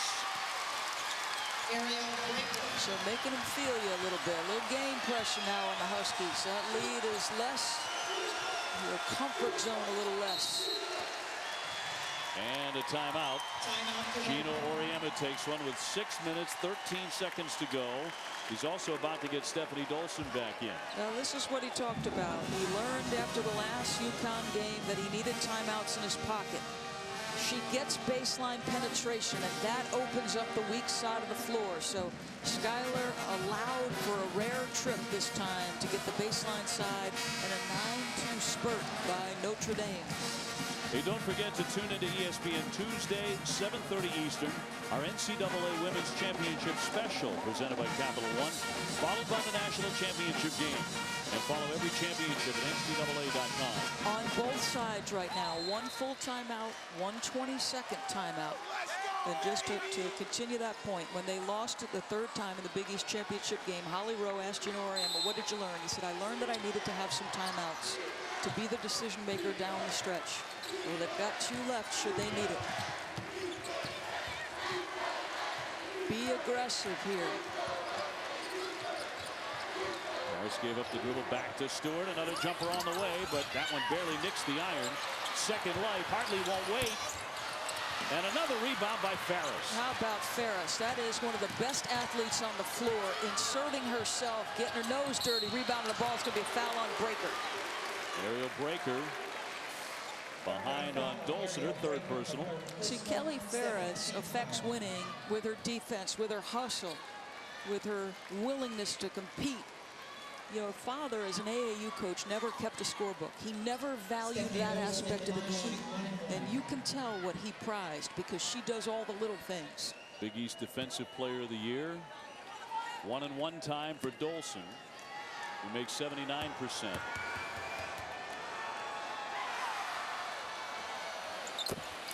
And makes it with 5:45 to go. Good concentration there. A couple of Irish were falling in the lane that could have distracted her. Dolson, a junior, out of Port Jervis, New York. Rebound away, it's Paris again. And another shot clock. And in this sequence, she's just killed Notre Dame. Stewart finds the lane again and lays it in. How about that drive? She has had a national semifinal. Brianna Stewart with 25. Confidence is an amazing thing. You cannot be effective without it, and she has found hers. McBride kicks into the lane. The Chandler's just had a devil of a time holding on to the basketball. A lot of passes off her fingertips. This is good officiating. This was the wrong call, and Dee Kantner makes sure they get the right call. So back over to Connecticut, off of Notre Dame, and here come the Huskies leading 64-55 with 5 minutes to go before they return to a national championship game. And a crack at number 8, and if they win that, assuming it goes that way, they would tie Pat Summitt, Tennessee, and that's a traveling violation. Now watch Kelly Ferris, two-time Defensive Player of the Year, who's been forced to guard the most difficult check. The senior out-hustles everybody in white and gets another possession. 5 rebounds, 2 blocks. That is a typical Kelly Ferris night right there. Diggins has it slapped away with 4:44.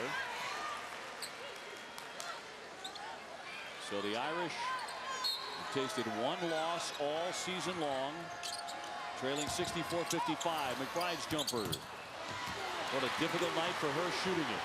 Hartley beats everybody to the other end and lays it up and in. Perfect pass by Kalina Mosqueda-Lewis. She led her right to the rim. You have to show some toughness now, Irish. You're in a deep hole. Down 11.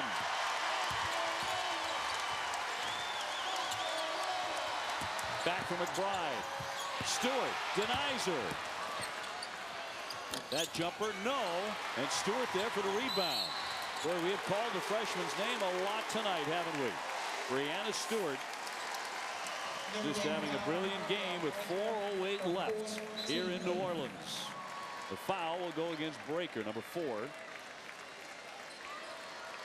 So Stewart to the other end. She has the wingspan of a player 7'1". Very good timing, length. Boy, she has affected this game in all kinds of ways. Now, Gino Auriemma said when he recruited her and she came to Connecticut, she would be the most talked about freshman in America. And at the beginning of the season, it looked like it was going that way. Jewel Lloyd, however, grabbed the Big East Freshman of the Year. She had a more superior season. But here, when it counts the most, she's living up to all that hype that Gino Auriemma and a lot of other people saw in her. Best high school player in the country, coming out of Syracuse, New York, and having a great semifinal. He took some pressure off her at part of the year by taking her out of the starting lineup, managed her perfectly, and now look at what's happened. Skyler Diggins, that one clangs away. Back out. Diggins can't hit that. Achanwa draws the foul. Less than 4 minutes to go, and once again Connecticut in that 13-point comfort zone.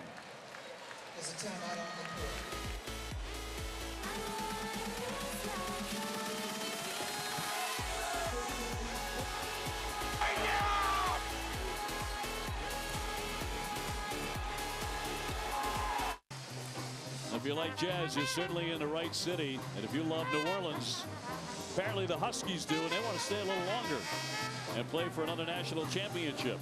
The journey to the NCAA Women's Championship concludes Tuesday on ESPN at 7:30 Eastern. A preview of the biggest game of the year. Then at 8:30, on to the game of the season. Louisville is waiting, facing either Connecticut or Notre Dame. Well, we are guaranteed a Big East champion on the women's side. Louisville has a chance to complete a Big East sweep tomorrow night should they be able to get by a very talented Michigan team. And what an amazing tribute in the year that Dave Gavitt had passed away. If the Big East were able to sweep the national titles.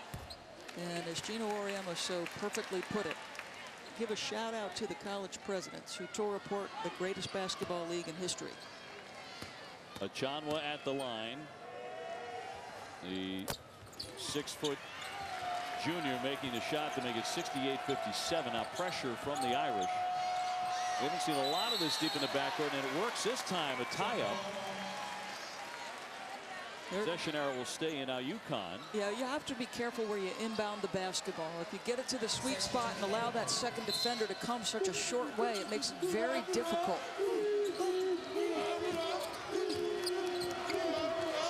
And now they pull it back, and Ferris will bring it across for Gino Auriemma, looking to knock off Notre Dame for the first time in 4 meetings this year. Mosqueda-Lewis drills it. Two-pointer, give her 16. You have 2 big-time players in Mosqueda-Lewis and Brianna Stewart. Diggins. No. Dolson there. She's playing with 4 fouls. Bottled up. And a tie-up. Taken away, but the possession arrow, Notre Dame. So 3:17 left. Notre Dame starting to run out of time. Is this going to be for Dolson? Yeah, indeed. He's frustrated. You just wonder how those feet are bothering her. Is it in her mind at all? Achanwa with a kick for Lloyd.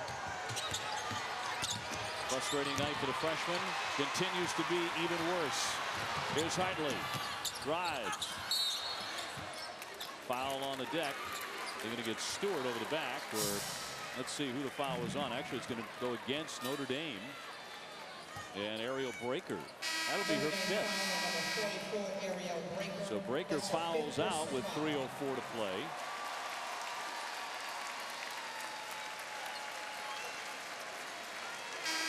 Skyler Diggins just 2 for 14 in the game.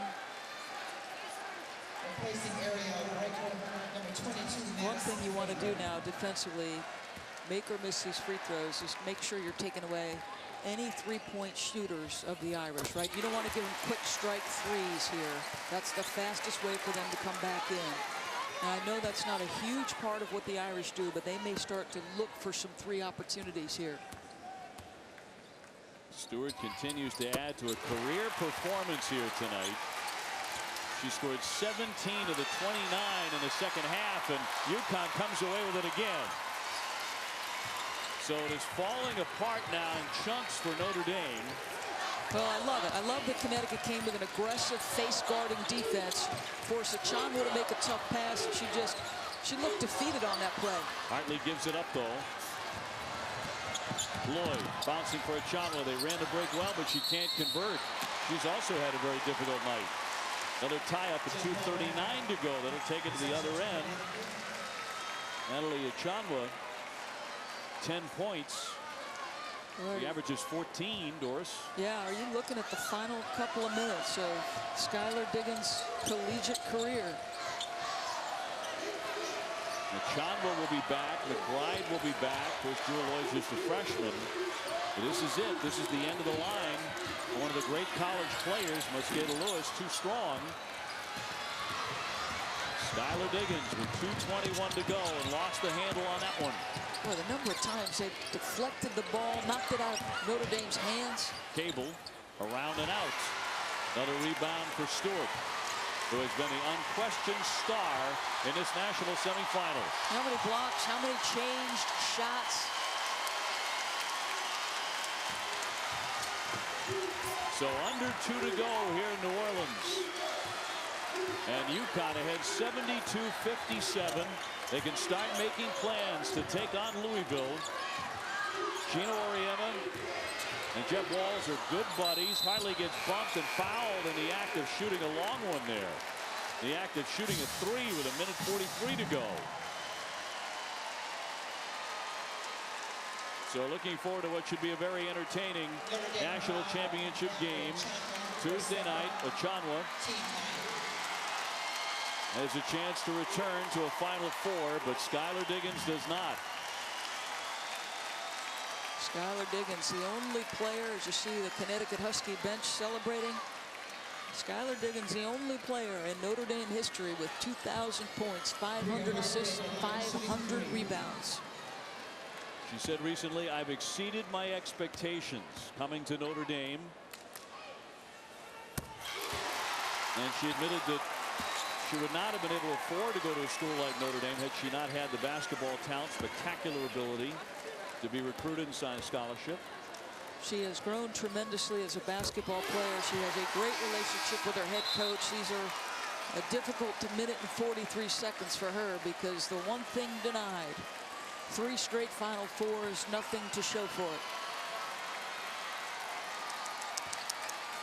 1:43 remaining, and one of the game's greats about to depart the scene as Hartley connects, adding to that lead, 75-57. This is the only one of the 4 games that proved not to be close. Diggins with a basket, 1.5 to go. Hartley challenging again and draws the foul once again. She's playing with tremendous energy here down the stretch. Just such confidence. This is the player who, prior to this year, where she struggled a little bit early with an ankle injury, missed practice time, her confidence has been up and down. But I'll tell you, her history is such that you could expect this kind of game from her. Connecticut to go back to a national championship game again in 1:29. 40 minutes away from what would be their 8th title to match the Tennessee Lady Vols. And UConn pours it on at the end, 77-59. McBride launches a 3 and banks it in. Kayla McBride for the 3. Another whistle with 1:21 to go. Kelly Farris also played yet another heady game. Defensively, passing the ball, steals, block shots. Back to the line she goes. Louisville and Connecticut played back on January 15th with Connecticut winning 72-58. Notre Dame had defeated Louisville twice handily. But Louisville is a different team right now. Would you agree? The way they have come on in this tournament. There goes Stewart. Tremendous game for her. 29 points, a career high in the biggest game of her career. The freshman was sensational. McBride to lift another one. It just was not Kayla McBride's night. She's had a lot of great nights against the Huskies, but tonight will not be in that class. It certainly won't be for Skyler. Well, do you get Skyler out here to just give her or let her have an opportunity at a well-earned round of applause for what has been an outstanding career? And for Muffet McGraw, a 3rd consecutive trip to the Final Four. Went to the national championship and lost the last 2 years. She's going to come away empty as well this particular year. Although in her 5th Final Four, for Connecticut, their 6th in a row. Tell you what, remarkable stuff for a program that some whispered was in a down year. Connecticut. Yes. By the way, name another team in America who's supposed to be playing below their standard, shooting 50% with 33 wins, winning by an average of 33 points a game. They've set the bar awfully high. 1 minute remaining in the game. Another whistle with exactly a minute to go. Well, the expectation is national championship at Connecticut. That is the standard they have set. The 3 losses with 4 losses by a total of 18 points. We talk about Louisville being a different kind of team now. The confidence they have under them, having shocked Baylor, beat Tennessee, winning tonight against Cal after being down 10 at halftime. Their confidence is sky high. But Connecticut has a different feel about it. Oh, a completely different feel. They are. It has a lot to do with that. No question about it. And Gino said this to us yesterday or 2 days ago when we met with him. He said they are in the best place they have been mentally all season. The confidence dictates your performance. If you don't feel good about yourself as a basketball player, very, very hard to step between the lines and be productive. Good shot by McBride, not there. Elena Mosqueda-Lewis went down hard, took a nasty hit earlier in the game, but bounced right back and made some key shots. And the UConn fans are celebrating in New Orleans. I'm really surprised she doesn't get Skyler Diggins out of the ballgame. Yeah. Carol Owens just got up off the bench. I think they might take I think they're going to take a shot clock violation here, and that might give her a chance to get her out. There it is. Yeah. Shot clock violation, Notre Dame's ball. So Skyler is exiting. She comes off the stage for the final time. A brilliant career at Notre Dame. The All-American, 2-time Big East Player of the Year. Accomplished so much, but fell short of the ultimate goal of winning a national championship. And she wasn't the only member of the Fighting Irish who had a really rough time in this national semifinal, thanks to Connecticut. And now Gino Auriemma also bringing on some of his bench players. Kia Stokes coming on. Caroline Doty back in the game. There goes Kelly Farris. But you will see them again on Tuesday night playing for a national championship. That has a familiar ring for the Huskies. And a whistle here with 14 seconds to go. This will be just the second loss of the season for the Fighting Irish of Notre Dame. Their season will end. The 30-game winning streak, a program record, will be snapped here in New Orleans. And you mentioned a Louisville team that's playing differently. Certainly their ability to make some threes, as they have done so much better in the postseason. They've got to be able to make shots. And we did not see the best of their best player, Shoni Schimmel, tonight. But she's been having a great tournament. We'll see what Connecticut has in store for her. So here are the last seconds of the national semifinal. You've heard it before. The Connecticut Huskies will play for the national championship on Tuesday night.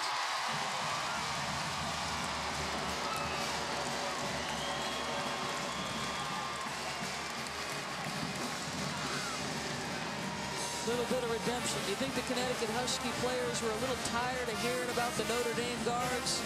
Well, the Connecticut guards and Brianna Stewart were heard from, and look at this.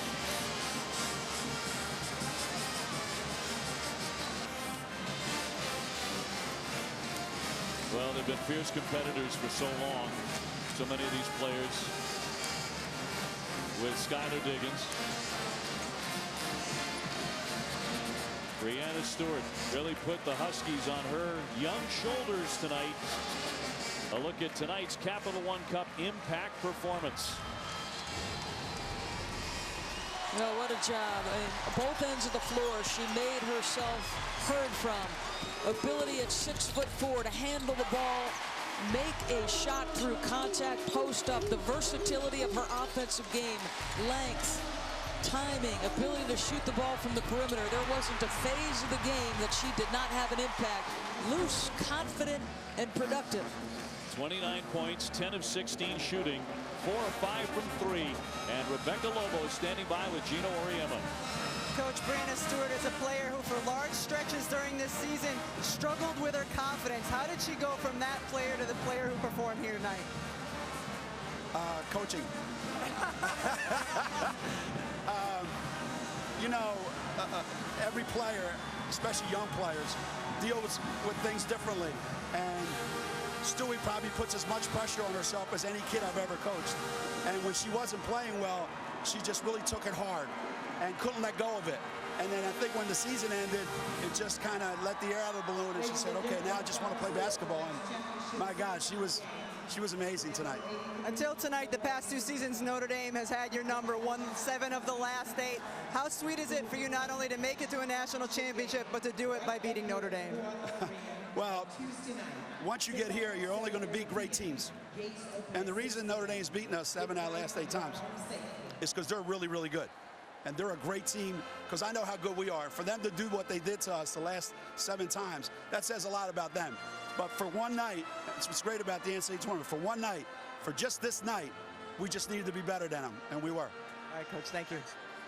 Gino Auriemma with that big smile, obviously delighted by the performance of his team and that young lady, the freshman, Brianna Stewart. And moments ago, Holly Rowe talked with Skyler Diggins.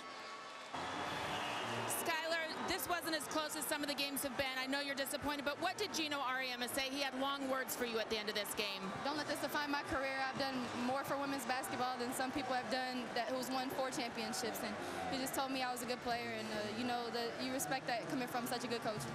You've had such a great career at Notre Dame. What do you hope people remember about the impact that you've had, Skyler? Just a player that just loved her university and just left it all on the court, just played her heart out for her team, and had so much love for where she came from in the city of South Bend and all these fans, and Coach McGraw, my teammates. So just somebody that just embodied the university and all it stood for. Thank you. Thanks, Tyler. No tears there from Skyler Diggins, at least not publicly, holding that head high as she walks off. And this young lady, Brianna Stewart, will be back on Tuesday night after 29 points. The freshman in the national semifinal lit it up against Notre Dame. So it's UConn and Louisville in the national championship game on Tuesday night as UConn goes for number 8. Plenty more coming up on SportsCenter. From New Orleans, we say good night, everyone.